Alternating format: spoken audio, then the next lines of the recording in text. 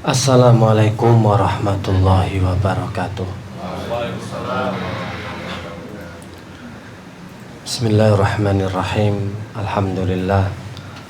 Hamdan katsiran thayyiban mubarakan fi kama yuhibbu rabbuna wa yarda. Asyhadu an la ilaha illallah wahdahu la syarikalah wa asyhadu anna Muhammadan abduhu wa rasuluhu la nabiyya ba'da. Ya ayyuhalladzina amanu taqullaha haqqa tuqatih wa la tamutunna illa wa antum muslimun. Ya ayyuhan nasu taqu rabbakumul ladzi khalaqakum min nafsin wahidah wa khalaqa minha zawjaha wa batha minhuma rijalan katsiran wa nisaa'a wattaqullaha alladzi tasaaluna bihi wal arham innallaha kana 'alaikum raqiba. Ya ayyuhalladzina amanu taqullaha wa qulu qawlan sadida yuslih lakum a'malakum wa yaghfir lakum dhunubakum wa may yuti'illaha wa rasulahu faqad faza fawzan 'azima. Ikhwani fillah rahimani wa rahimakumullah, Bapak-bapak dan Ibu-ibu sekalian yang semoga Allah merahmati kepada kita semua. Insyaallah kita akan membahas sepintas tentang masalah ain. Ya. Ini bukan kupas tuntas, hanya sekedar secara global tentang masalah al-ain. Dalil yang menjelaskan tentang masalah ini sangat banyak sekali, baik di dalam Al-Quran ataupun As-Sunnah. Salah satunya di surat Al-Falaq, dari ayat-ayat yang terakhir itu juga Allah mengajarkan dan memerintahkan supaya kita memohon perlindungan kepadanya dari gangguan sihir serta dari hasadnya orang yang sedang mendengki, dan itu yang bisa menjadikan seseorang terkena penyakit al-ain. Adapun dari hadis, Rasulullah Shallallahu Alaihi Wasallam telah bersabda, al-ainu haqqun. Ain itu hak, ain itu nyata, ain, penyakit ain itu memang benar adanya. Walaupun mungkin secara logika, secara rasional susah untuk diterjemahkan, tapi sekali lagi Rasulullah menegaskan al-ainu haqqun. Ain itu hak dan benar adanya. Walau kana syai'un sabaqal qadar, kalau seandainya ada sesuatu yang bisa mendahului takdir, la sabaqathul ain, maka ain itulah yang mampu mendahuluinya. Semua yang terjadi ini menurut takaran, takdir dan ketentuan ketetapan dari Allah. Tapi ada satu fenomena, jika ada hal yang bisa mendahului takdir, itulah al-ain. Berarti saking cepatnya, saking dahsyatnya, jadi lesatan anak panah ain ini sangat luar biasa, sehingga diumpamakan kalau ada sesuatu yang bisa mendahului takdir, itu adalah ain. Jadi ini salah satu ungkapan kinayah bahwasanya ain itu memang susah diprediksi dan datangnya dari arah mana saja kita nggak bisa menduga. Bisa mengenai kepada orang yang soleh ataupun juga kepada orang yang tidak berbenteng dengan dzikir pagi petang dan yang lainnya. Ini dalil yang pertama dari hadis, dari sunnah. Dalil yang kedua, Rasulullah SAW juga bersabda di dalam hadis riwayat Bukhari dan juga Imam Muslim. Data ini valid. Yang memberikan data adalah Rasulullah SAW. Aktsaru man yamutu min ummati ba'da qada'illahi wa qadarihi bil ain. Kebanyakan dari umatku yang meninggal dunia setelah qadha, ketetapan dan takdir Allah, itu adalah disebabkan penyakit ain. Jadi Nabi sendiri yang memberikan data, dan datanya sangat valid, bahwa di antara sebab kematian, sebab meninggalnya seseorang sebenarnya bukan karena penyakit biasa. Setelah takdir dan ketentuan Allah memang sudah ada ketetapannya, sebenarnya banyaknya itu orang terkena penyakit ain. Bukan kok karena komplikasi, bukan karena diabetes, bukan karena kanker tumor ataupun sejenisnya. Tapi ternyata ini yang menjelaskan data adalah Nabi, ain ini yang menduduki posisi terbanyak. Bukan kok kena angin duduk, makanya tiba-tiba moro jungkel. Bukan karena jantung serangannya moro dada. Tapi itu bisa jadi karena ain. Loh, ain itu memang gitu, saking dahsyatnya.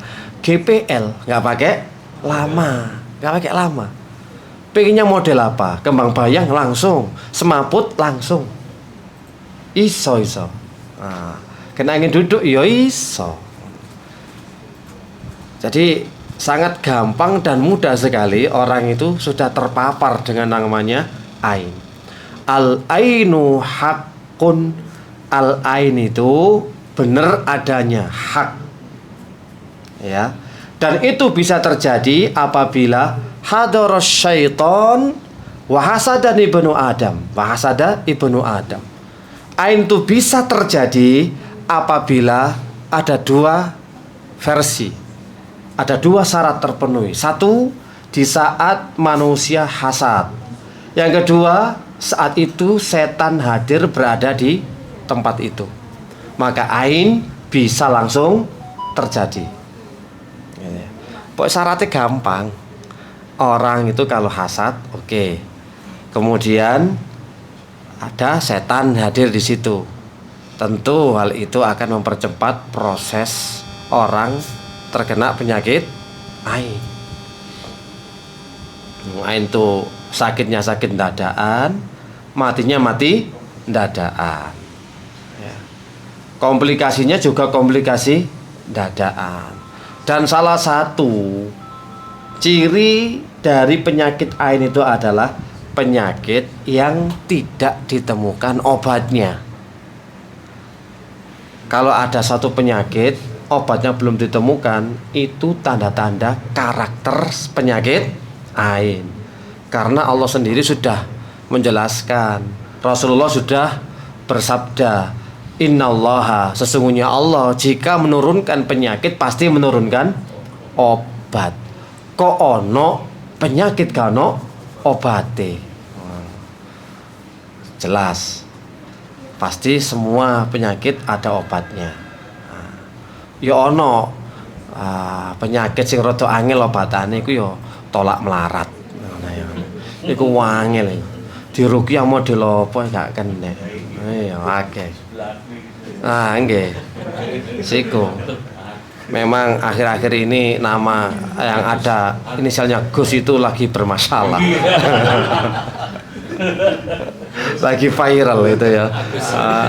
Wes lagi viral, ono masalah. Iya. Mbok pancen kok jenenge iku rada-rada piye ya? Pokoke nang jopo ngono ya, nang kene gak ngerti aku, nang kene gak ngerti aku. Nang jopo fenomenal ya itu.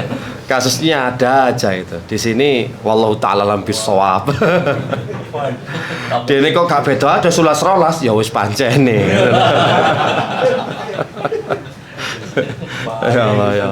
Bahaya kena ini enggak.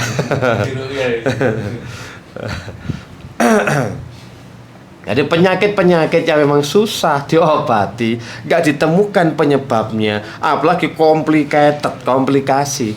Wis itu ada peran ain di situ. Makanya dulu taun, salah satu bentuknya itu taun. HIV ini kan iki ain. Jadi penyakit ini teguran gitu loh. Kenapa kok sampai sedemikian rupa? Wah, banyak kasusnya. Makanya di hadis yang lain pula disebutkan kisah dua sahabat yang viral fenomenal, yang diabadikan di dalam hadis. Dua sahabat yang ikut perang Badar, salah satunya bernama Amir bin Rabi'ah, salah satunya Sahal bin Hunayf. Sama-sama sahabat.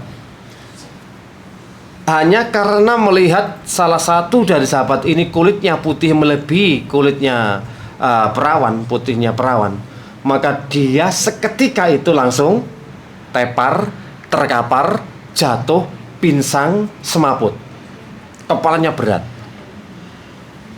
Jadi ceritanya ini Sahal bin Hunayf mau mandi di sungai. Kemudian Amir bin Rabi'ah ada di sisi jauh melihat. Kemudian Sahal bin Hunayf buka baju. Langsung seketika spontan nih Amir bin Rabi'ah. Kulitnya ini cuma mensifati toh ya, mensifati. Kulitnya Sahal ini kalah ini. Perawan pingitan kalah putih. Seketika itu Sahal bin Hunayf langsung jatuh, pingsan. Kepalanya berat, demam tinggi. Diketahui oleh sahabat. Kemudian Rasul itu lewat. Langsung ngomong Rasulullah, siapa orang yang paling kalian curigai? Amir bin Rabi'ah. Panggil dia. Langsung ngerti. Rasul itu ngerti. Iki kok loro dadaan, iki koyo ain. Tanda-tandanya sudah jelas. Langsung mencari siapa mengaini kira-kira. Tanya kepada sahabat. Dia Amir bin Rabi'ah. Tunjukkan kepada bawa dia ke sini.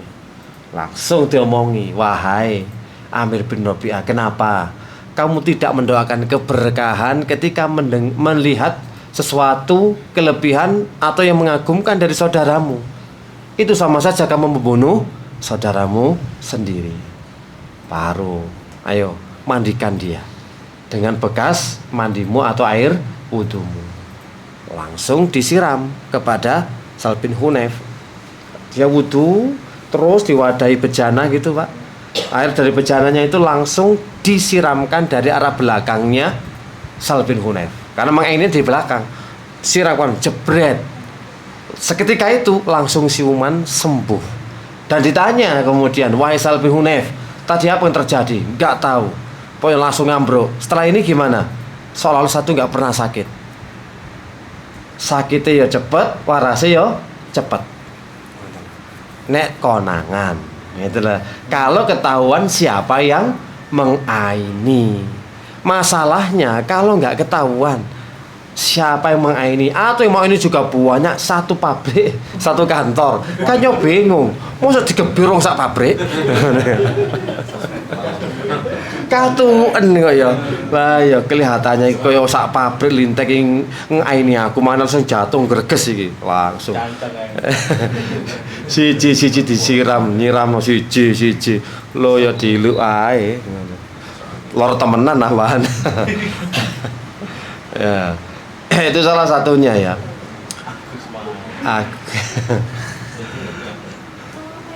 Ya untung sahabat karena sing jenenge Agus. Makane sahabat karena sing masalah toh, ngono ya.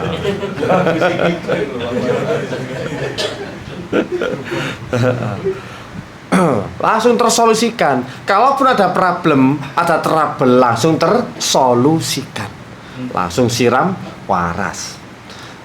Itu salah satu contoh bentuk bagaimana ain itu sudah terjadi di kalangan para sahabat. Hanya karena mensifati, bukan kagum atau bukan apa namanya memuji bukan. Mensifati tok. Rambutnya kok asik, ngono ta ya. Rambutnya asik Pak Agus iki. Langsung keblak deh. Ngono lho.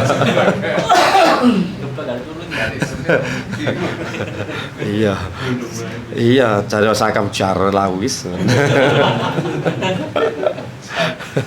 Geblak. Nah, itu bisa terjadi hanya sekedar mensifati, entah itu hidungnya, entah itu matanya, entah itu perawakannya, entah itu warna kulitnya. Kalau itu disebutkan tanpa memuji Allah, tanpa mengucapkan Masya Allah, itu sudah terkategorikan ain. Dan orang yang nanti dikagumi bisa langsung reaksi. reaksinya macam-macam. Semakin besar ya semakin berat. Kalau ternyata ainnya kecil ya pengaruhnya juga kecil dampaknya. Kalau watuk, ndase ngeluh. Kan nanti ada tanda-tandanya orang terkena penyakit ain. Ya kepala pusing. Salah satunya nanti ya biasanya awake rada kuru. Kuru pinggire bagus ya kuru. Mangane akeh tapi gak lemu-lemu. Nah iku lho.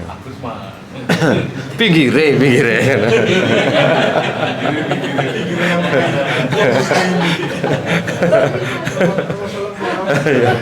Berarti si lemu gak kena ain iki ya. Iya. Iya, sing kuru-kuru hati-hati. Iku rawan, rentan gitu loh. Terpapar gitu ya. Iya. Iya. Kemudian idza ra'a ahadukum min nafsi aw malihi aw akhihi ma yu'jibuhu falyubarik fa inal aina haqqun. Oleh karena itu Rasulullah Shallallahu Alaihi Wasallam memberikan nasihat wasiat kepada kita semua. Apabila salah seorang di antara kalian kok takjub dengan dirinya sendiri, kelebihannya, hartanya, mungkin tenaganya, atau juga kagum terhadap istri dan anaknya, maka hendaknya falyubarik, hendaknya dia berdoa memohon keberkahan kepada Allah. Fa innal aina haqqun, karena ain itu hak, benar, nyata adanya. Nah, kalau kita itu kok merasa melihat dirinya itu ada sesuatu sesuatu kelebihan atau kepada hartanya, istrinya, anaknya, wis pokoknya ada lihat sesuatu ya, maka cepat-cepat untuk mendoakan keberkahan. Barakallahu fikum wa ahlikum wa amwalikum. Carane ngoten. Semoga Allah memberikan keberkahan kepada dirimu, hartamu, dan juga keluargamu. Cek aman, selamat. Kalau ndak, ain itu bisa mengaini diri sendiri. Jadi orang yang takjub, orang yang ujub, itu salah satu bentuk mengaini diri sendiri. Makanya kalau misalkan dia merasa punya kelebihan, aku kok tambah ketok enom ini ya, tambah tuwek ya, misalnya ngono ya, tak ngoco ngilo didelok tambah ketok enom awake rek. Sejam kanca-kancaku. Nek kan termasuk ana takjub sendiri to ngono. Dibanding kanca-kancaku liyane wis boros-boros wajahe. Aku kok rasane awet muda iki ya. Takjub. Ngono ya. Ini takjub dengan diri sendiri, itu mengaini gitu. Ya ono kisah, ono cerita ya ngono. Jadi ada di daerah Arab Saudi ini diceritakan oleh Muhammad Abdullah Al-Imam. Orang itu bisa mengaini diri sendiri. Karena apa? Sering takjub.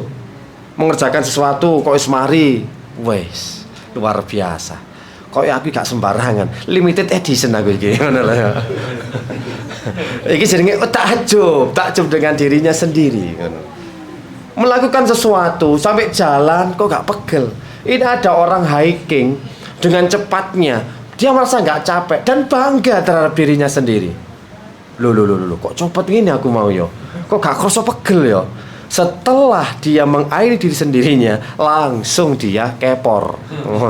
Langsung pegel keju kabeh.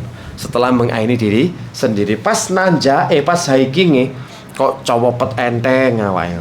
Tutuk ndukur, nah gelondong gimana? Kita kena ain ngono. Makanya idza ra'a ahadukum, kalau kalian melihat sesuatu kelebihan dalam diri kalian sendiri, jangan takjub, jangan bangga, jangan ujub, tapi hendaknya sandarkan semua itu kepada Allah. Kan banyak orang itu kerja koyok-koyoke, ya setelah presentasi kok aku gak percaya mbak aku dewe. Gak percaya. Jadi wong tak bikin terhipnotis ngono ya. Isok melongo kabeh. Pas presentasi. Lu kan bangga, ikut termasuk nanti awalnya dia pinter, awalnya cerdas. Karena mengaini diri sendiri, lama-lama lemot. Lama-lama kecerdasannya itu berkurang.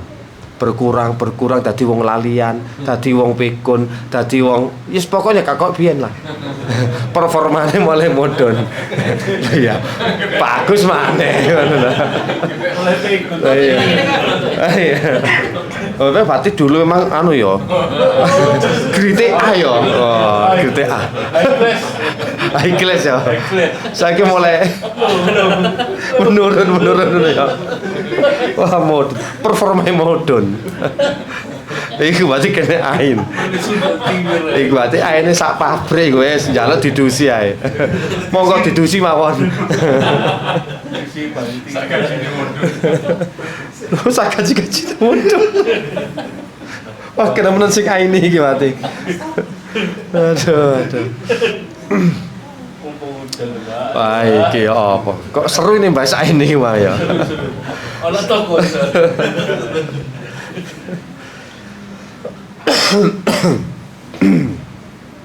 Ya Allah.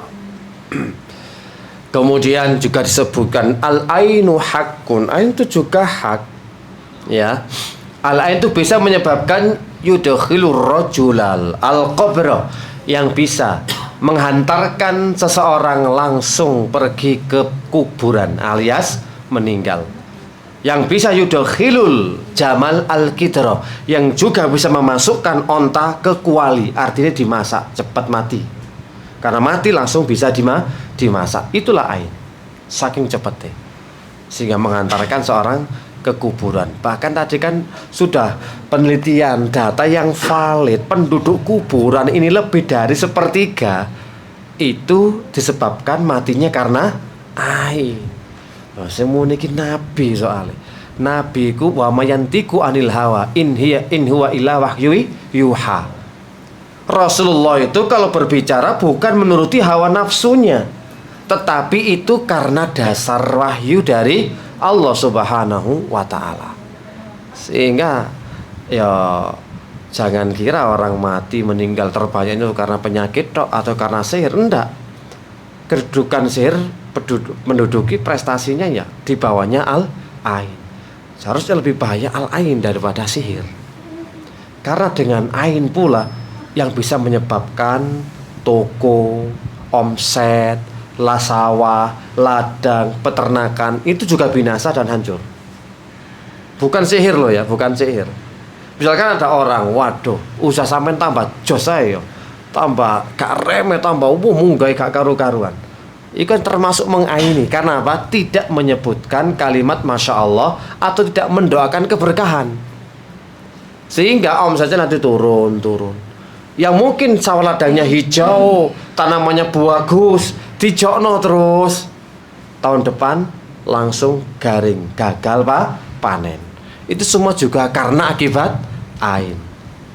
Bahkan benda-benda elektronik kok bisa rewel, macet, hang, iku ya iso karena ain.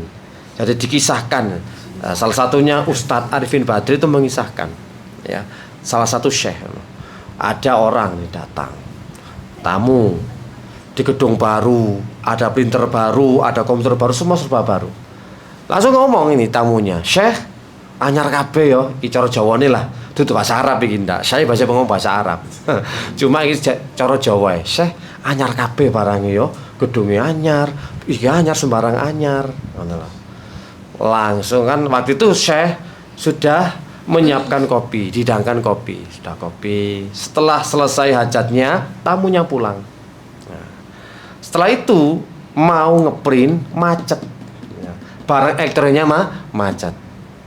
Setelah macet, ingat syekhnya, loh iya, mang ono tamuku. Tadi ada tamuku yang ngejokno ya. Bahasa Indonesia apa? Menyanjung, memuji. Bahwasanya bangunannya baru, semua serba baru. Oh ingat, macetnya berarti gara-gara diaini oleh tamuku tadi. Langsung bekas kopi tadi ditoletkan, ya, tutup CT, itu rokok CT enggak ya. Ditoletno nang printer deh, langsung bisa jalan. Bayangno iki, elektronik bisa, sawah ladang bisa, kesehatan apalagi sangat bisa. Semua bisa. Itu ain lebih luas. Dan ain enggak pakai perantara. Ain gak butuh mediasi. nggak butuh rambutnya dari target, nggak butuh bajunya, kokonya, kukunya atau fotonya, nggak butuh, langsung guys. Ain itu langsung, jadi lebih cepat daripada sihir. Jadi paketannya itu pol, paketannya itu copot wis, nggak pakai apa-apa. Iya, nggak pakai gojek, nggak pakai apa-apa, langsung sampai kepada target, sampai kepada tujuan. Yo, kisah-kisah Ain banyak kasusnya. Ya disebut di ulama sana. Oke, sampai coba sing pernah umroh gitu ya. Jenengan mau menyanjung, mengagumi, ngejokno titik orang Arab. Mamnu, nggak boleh. La yajuz. Ain gitu. Takut ain. Ya, karena ain nyata memang. Keberadaannya nyata. Nah, kini kan gak viral tadi koyo gak ono. Koyo gak masuk akal ngene. Oh, posisi ain iki. Sik dalil-dalil tok iki mau yang kita kaji sekelumit masalah dalile ain ngono ya. Nah, makanya wakeh dalilnya masih banyak. Bahkan ada salah seorang sahabiah wanita melihat keluarganya Ja'far itu kurus-kurus. Ya mangane standar tapi kuru-kuru ngono.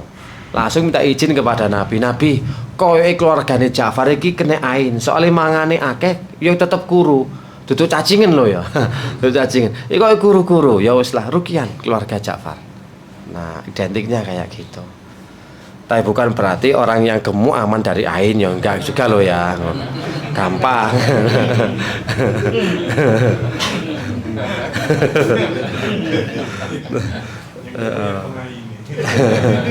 Iya.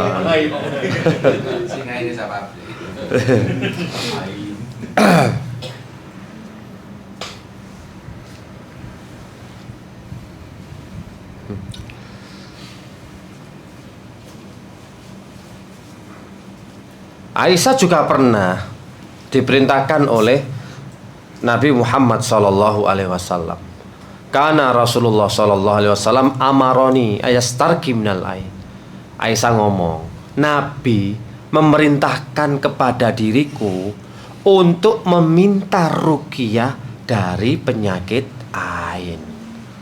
Ki Aisyah dikongkon njaluk ruqyah kepada yang pakar, memang ruqyah, memang ada pakarnya.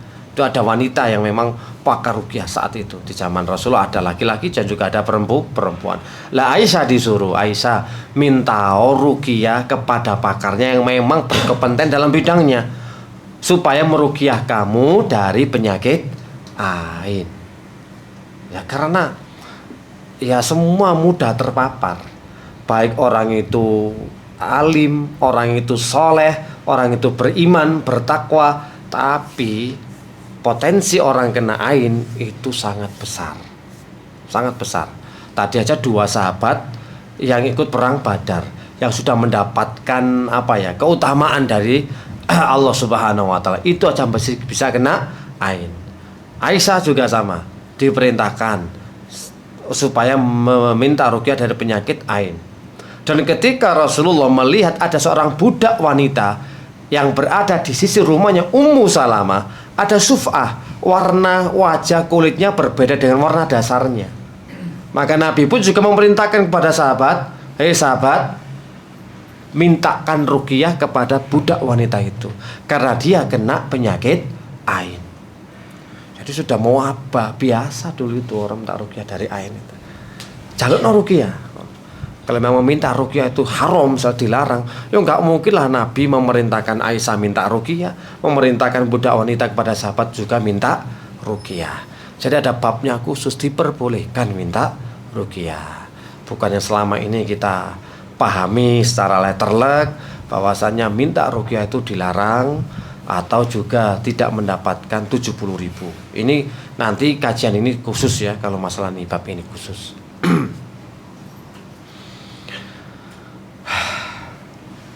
Definisi ain. Baru nih definisi ain. Menurut Ibnu Hajar Al-Asqalani dalam kitabnya Fathul Bari, ain itu adalah pandangan yang disertai rasa iri bahkan kekaguman yang tidak disertai doa dapat mempengaruhi orang yang dipandang dan menyebabkan penyakit ataupun kerusakan. Itu ain ya. Pandangan sertai rasa iri, bahkan juga rasa kagum, tapi tidak disertai doa. Hal itu dapat mempengaruhi orang yang dipandang dan menyebabkan penyakit serta kerusakan.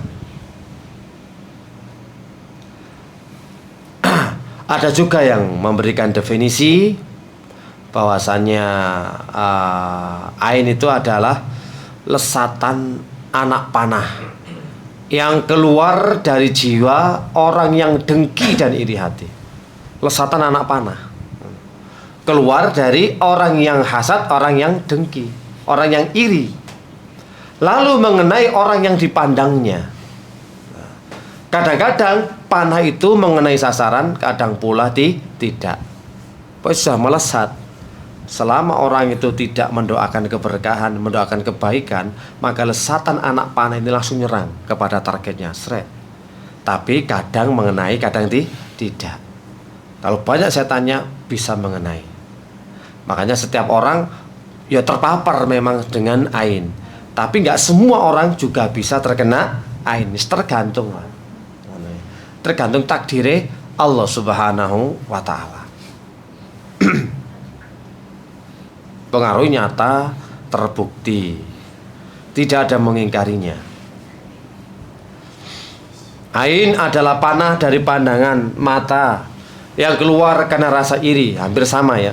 Lalu mengenai orang yang dipandang. Jika Allah menghendaki, panah itu akan mengenai sasaran dan menyebabkan bahaya. Semua tetap tahta masyiatillah atau karena kehendak dari Allah. Kalau Allah mengizinkan, maka benar-benar seseorang itu akan terkena ain. Itulah ya, ain.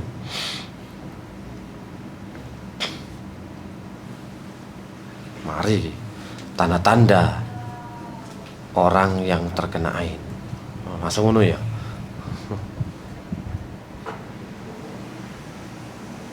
Apa jenis ain? Jenis ain aja dulu. Tipe-tipe ain ya, jenis-jenis ain.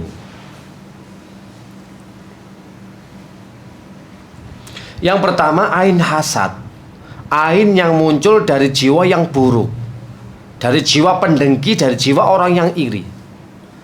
Ini namanya ain muhlika, ain yang membinasakan. Kapan itu munculnya? Adalah dari jiwa orang yang busuk, atine elek, bedi teten, watine elek. Pokoke gak iso ndelok wong seneng, ya apa? Susah lihat orang senang dan senang lihat orang susah. Wis iku lho. Iku hasad yang membinasakan, ain yang menghancurkan, yang bisa merenggut nyawa. Jadi muncul dari orang-orang yang jahat koyo mak lampir, ngono lho ya. Nenek sihir iku aine luar biasa. Ya, ini yang pertama ya. Terjadi ketika seseorang memandang dengan rasa iri dan menginginkan agar nikmat yang dimiliki orang lain hilang. Pokoknya gak seneng lihat orang itu seneng.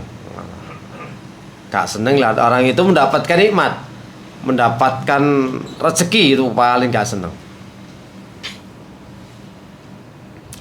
Dampaknya ya bisa menyebabkan sakit fisik, mental, ataupun materi pada orang yang terkena ain. Jadi ain muhlika ini ya bisa langsung meninggal, wafat. Bisa menjadikan penyakit yang parah fisiknya, bisa menjadikan mentalnya juga kena mental, atau juga materi juga bisa hancur binasa. Ini namanya ain muhlikah, ain yang membinasakan. Nah ini yang orang-orang gak senang sama kita ini. Orang bawenci gak senang sama kita, itu juga memberikan dampak pengaruh ya, ain muhlikah ini. Beda dengan tipe kedua. Kalau tipe kedua ain muhji'ah atau ain ijab, ain kekaguman yang berlebihan. Jadi ain ini adalah ain yang muncul dari jiwa orang yang baik. Jadi orang-orang soleh, orang yang beriman, ya teman-teman ngaji seperti ini kita itu ya termasuk bisa mengaini. Nah, ya teman ngaji ini bukan jiwa yang jelek enggak, dari orang yang baik, dari orang yang biasa sholat, ya biasa ibadah, itu ternyata bisa mengaini saudaranya sendiri. Itu namanya ain muzijah, ain karena kekaguman. Seperti tadi ceritanya Sahal bin Hunayf dan Amir bin Rabi'ah, dua sahabat yang ikut perang Badar.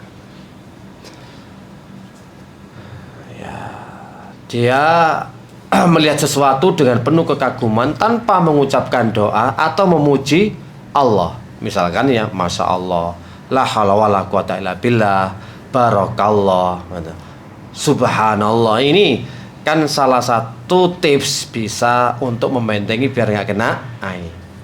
Dampaknya, ya meskipun tidak disertai rasa iri, kekaguman ini tetap bisa memberikan pengaruh negatif. Ya, bisa memberikan pengaruh negatif kepada targetnya. Tapi tidak sedahsyat yang ain pertama. Sama-sama punya dampak, sama-sama punya pengaruh, cuma pengaruh yang kedua ini lebih ringan, nggak terlalu berat. Tergantung juga, walaupun ringan, jika yang mengaini satu pabrik kayak gini, yo tadi ini abot, berat. Ini ain siji tok, yo gampang, wong sak pabrik, jungkel itu.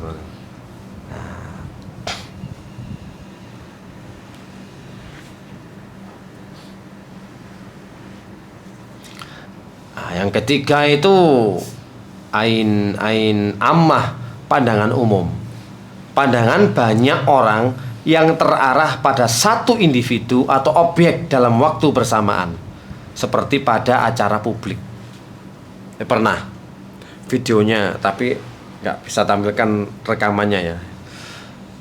Suatu ketika ada suatu kayak perkumpulan, kayak ada suatu acara. Ada seorang laki-laki maju ke atas panggung, berdiri dan membaca Al-Quran. Bacaannya sangat luar biasa, merdu, suaranya enak suaranya. Nah, setelah memelantunkan ayat-ayat Al-Quran, ini banyak orang yang menghadir, memang mengakui bahwasanya bacaan suaranya sangat merdu dan bagus. Setelah selesai membaca Al-Quran, laki-laki ini, masih pemuda ini, mau turun dari podium, dari panggung. Langsung belum sampai, turun sejenak langsung jatuh pingsan. Karena teraini dari ainun ammah, pandangan umum khalayak ini, yang semuanya tertuju pada dirinya. Jadi orang-orang tampil, penampil gitu. Nah, kalau banyak yang mengaini misalkan, wah, hebat tuh. Nah, kalau gitu-gitu tanpa ada yang memberikan doa keberkahan, ya wis. Kok sangane ribet ngene sih Ustaz lah. Kok artis-artis kok aman-aman ae. Ya, ngono ya. Cari sapa? Tadi kan ingat, terkadang bukan hanya menyerang fisik, tapi menyerang mental. Nah, menyerang kejiwaan. Loh, emang artis ku uripe opo enak ngono ta. Sawang sinawang stereo. Stres. Artis iku akhirnya stres. Kayak sok bebas. Kait mangan njok tanda tangan, njaluk foto. Kudu mesem pisan. Kudu guyu gak guyu, wah dicecar ambek netizen. Ngono. Mereka kan repot, mereka harus kamuflase. Pencitraan semua gitu loh ya. Jengkel ya dongkel tapi kudu mesem.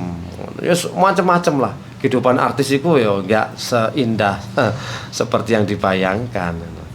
Ya banyak kasusnya. Nah, apalagi pusat tertuju pada dia semua. Jam 4.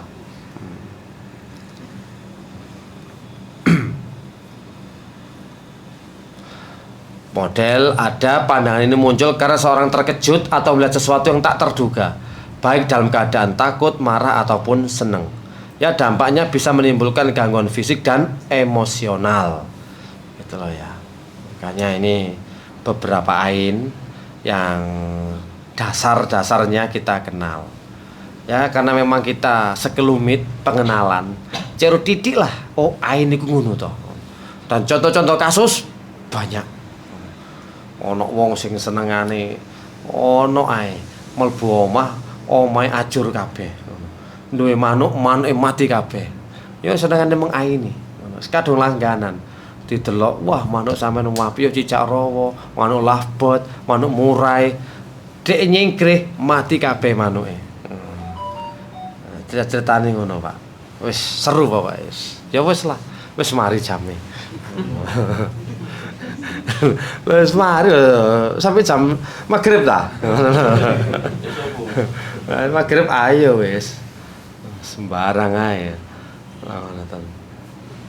Kita belum mengenalkan tanda-tanda orang kena ain ya, dan juga cara untuk penanganannya. Ya wis mesti dalile tok wis koyo ngene. Insyaallah ada bertanya kan ta? Aman, wis kena ain kabeh partine kan sing takoni. Semoga ain ama itu ya apa? Ulangannya yang ain ama. Telah. Satu majelis ya tahu. Oh iya. Kan tadi kita Oh amah gitu ya. Carane yo ini adus kan ya kemelocor ya. Kadoen. Jadi kalau amah itu penanganannya bisa dengan ruqyah. Bisa dengan meminum bekas orang tersebut atau semua memegang dan dia memegang. Itu sudah sembuh nanti. Nah, jadi kayak ada bekas tisu gitu ya. Semua megang tisu misalkan. Satu audien ini, seluruh audien. Kemudian terakhir kepada orang terkena ain. Itu juga bisa. Atau minum. Nah, minum kan titik dang, inci pono titik dang ya. Titik kabeh titik langsung terakhir dia yang minum itu juga bisa menyembuhkan atau makanan. Makanan dijibit kabeh. Ju. Bagus sepurane mung tak ini. Iki lho pangananku. Ju. Waras sampean kok. Ya Allah, ya Allah. Iya. Sebenarnya sih gampang, susah, gampang. Sebenarnya kalau tahu yang mengaini ya cukup mengambil, memegang bekas dari orang mengaini kita.